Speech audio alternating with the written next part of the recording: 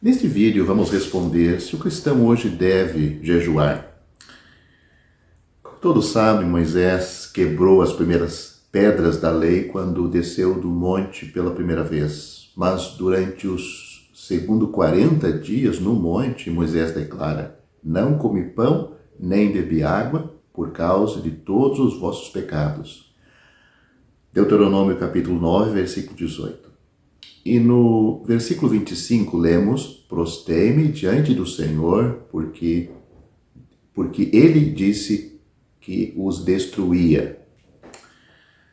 Porque o povo pecou, Moisés jejuou e intercedeu. Assim temos a prática do jejum, mas não a doutrina ou o mandamento sobre o jejum nesta ocasião de Moisés.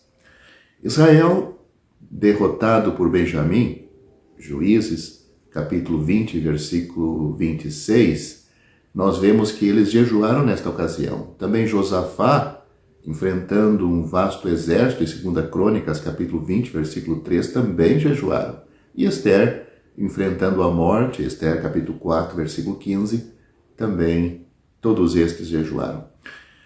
Mesmo os não salvos de Nínive, ao ouvir Jonas pregar, creram em Deus e proclamaram um jejum, Jonas capítulo 3, versículo 5. Por este caso, vemos que a prática do jejum não se limitava à lei nem a Israel. Se lermos Números capítulo 29, versículo 7, Salmos capítulo 35, versículo 13, veremos por estas passagens o relacionamento do jejum com o arrependimento e a humildade. Mas não devemos pensar que o jejum era uma característica apenas do Antigo Testamento e dos Evangelhos. O jejum precedeu uma das decisões mais profundas tomadas nesta presente dispensação. Lemos em Atos dos Apóstolos, por exemplo, ora havia na igreja que estava em Antioquia alguns profetas e mestres, como Barnabé e Simeão, chamado Níger, e Lúcio de Cirene, e Manaém, que havia sido criado com Herodes, o tetrarca, e Saulo. Enquanto eles ministravam ao Senhor e jejuando, disse o Espírito Santo: separai-me a Barnabé e a Saulo para a obra que os tenho chamado. E jejuando e orando, e impondo-lhes as mãos, os despediram. Isso está em Atos capítulo 13, versículos 1 a 3.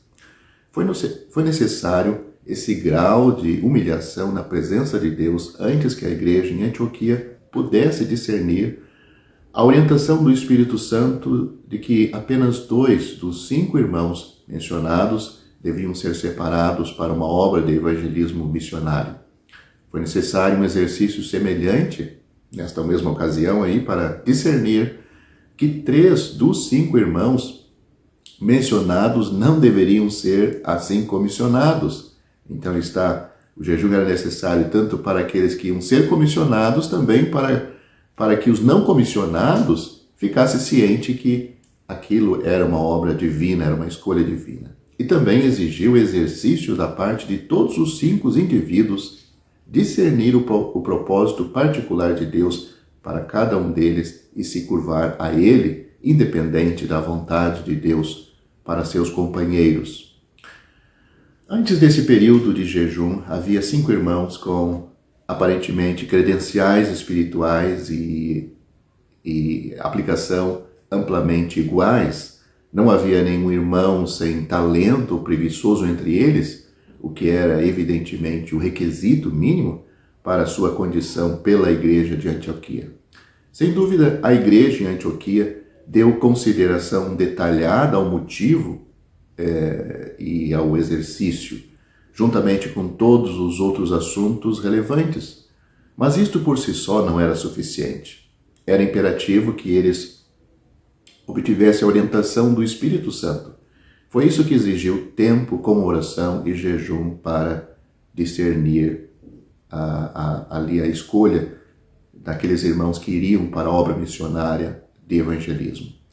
Em 1 Coríntios capítulo 7, temos a palavra jejum associado à oração no matrimônio. Está escrito assim: não vos priveis um ao outro, senão por consentimento mútuo, por algum tempo, para vos aplicardes ao jejum e à oração, e depois ajuntai-vos outra vez, para que Satanás não vos tente pela vossa incontinência. Isto está direcionado a um casal crente. 1 Coríntios capítulo 7, versículo 5.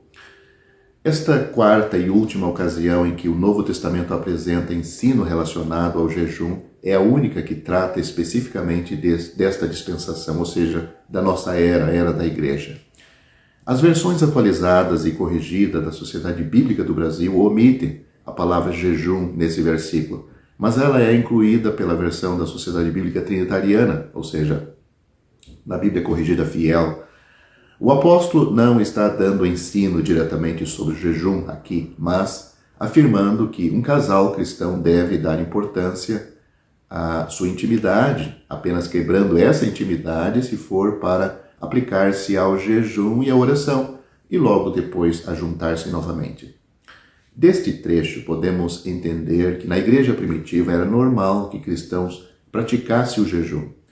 Mas é importante perceber que esta é a única passagem em todas as epístolas do Novo Testamento que dá ensino sobre o jejum, e isto, como já destacamos aqui no vídeo, indiretamente. Não é uma exortação para que jejuemos, nem são instruções sobre como jejuar, mas simplesmente um aviso para não permitir que a oração e o jejum interrompessem definitivamente a intimidade do casal crente. Poderiam se separar para estas atividades, mas logo depois deveriam ajuntar-se novamente. Devido à ausência de instruções claras quanto à prática do jejum nas epístolas para a igreja, talvez podemos entender esta prática como um daqueles aspectos da lei que demoraram um pouco mais para serem deixados de lado pelos judeus, como, por exemplo, o voto que Paulo fez em Jerusalém. Está registrado isso em Atos capítulo 21, do versículo 22 ao 26. Das 19 ocorrências da palavra jejum e suas derivadas, nenhum contexto de ensino, eu vou corrigir essa frase, das 19 ocorrências da palavra jejum e suas derivadas num contexto de ensino, vemos que apenas uma destas referências refere-se ao período em que vimos em 1 Coríntios capítulo 7, versículo 5, e simplesmente reconhece que alguns cristãos naquela época jejuavam. Se contrastarmos isto com as palavras do Senhor Jesus, quando disse que não fazia sentido seus discípulos jejuarem enquanto Jesus estava com eles, podemos concluir, por enquanto, que o jejum não é algo importante para esta dispensação em que vivemos. Hoje, Ele, o Senhor Jesus, não está ausente de nós, fisicamente talvez, mas Ele mesmo prometeu estar conosco todos os dias e fazer morada em nós, seus servos. Leia estas promessas em Mateus capítulo 28, versículo 20 e no Evangelho de João capítulo 14, versículo 23. Diante destes fatos, concluímos que o jejum não pertence a esta dispensação em que vivemos. No seu sentido original, o ato de abster-se de alimentos como um exercício religioso, isto é, como uma forma de agradar a Deus, ele não tem nenhum valor nesta dispensação, e os cristãos desta época da igreja não devem jejuar meramente como um exercício religioso. Há, porém, outra forma de entender a palavra jejum, o ato de abster-se de alimentos ou outras coisas lícitas e necessárias por algum tempo para não atrapalhar algum serviço espiritual, pode ser encarado como um jejum. Creio que esta forma de jejum, se dermos a palavra este sentido secundário não só é lícito, como é proveitoso. 2 vezes lemos que o Senhor Jesus e seus discípulos estavam tão ocupados ajudando os outros na obra do Senhor, que não tinham tempo para comer. Isso está registrado em Marcos capítulo 3, versículo 20 e no capítulo 6, versículo 31. A expressão orando com jejum em Atos capítulo 14 também indica isto e sugere algo que muitos cristãos fazem regularmente: abrir mão de alimento ou descanso ou outra coisa necessária porque há serviço para o mestre que precisa ser feito urgentemente e que o alimento, outros benefícios necessários que temos direitos, pode ser deixado de lado por enquanto para dar ao Senhor o primeiro lugar na obra do Senhor ou nas coisas do Senhor. Quantos irmãos e irmãs, principalmente nestes dias corridos em que vivemos, já abriram mão do jantar para poderem ir à reunião depois do trabalho ou num dia de semana, ou usaram a hora do almoço para visitar um enfermo, distribuir folhetos, ou conversar com um colega de escola ou trabalho que está interessado no Evangelho? Quantos irmãos e irmãs se entregam de tal forma à oração que não tem tempo para comer, como o Senhor em Marcos capítulo 3 e no capítulo 6, do qual já fizemos referência neste vídeo? Sobre o assunto de jejuns, talvez seria bom considerar a pergunta se o cristão hoje deve jejuar, pois é o título do nosso vídeo.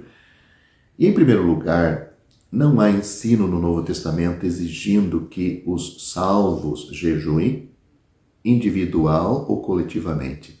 Isso não quer dizer que um salvo não possa jejuar. Eles jejuaram na igreja em Antioquia, Atos capítulo 13, versículo 3. Pode haver tempos quando o cristão considera conveniente disciplinar-se desta maneira para que possa ser mais devoto ou devotado ao Senhor em algum exercício espiritual. Abster-se de comer ou de outras coisas legítimas pode ajudar um cristão, mas não necessariamente outro. Se um cristão jejua, seria errado exigir que outros também jejuem.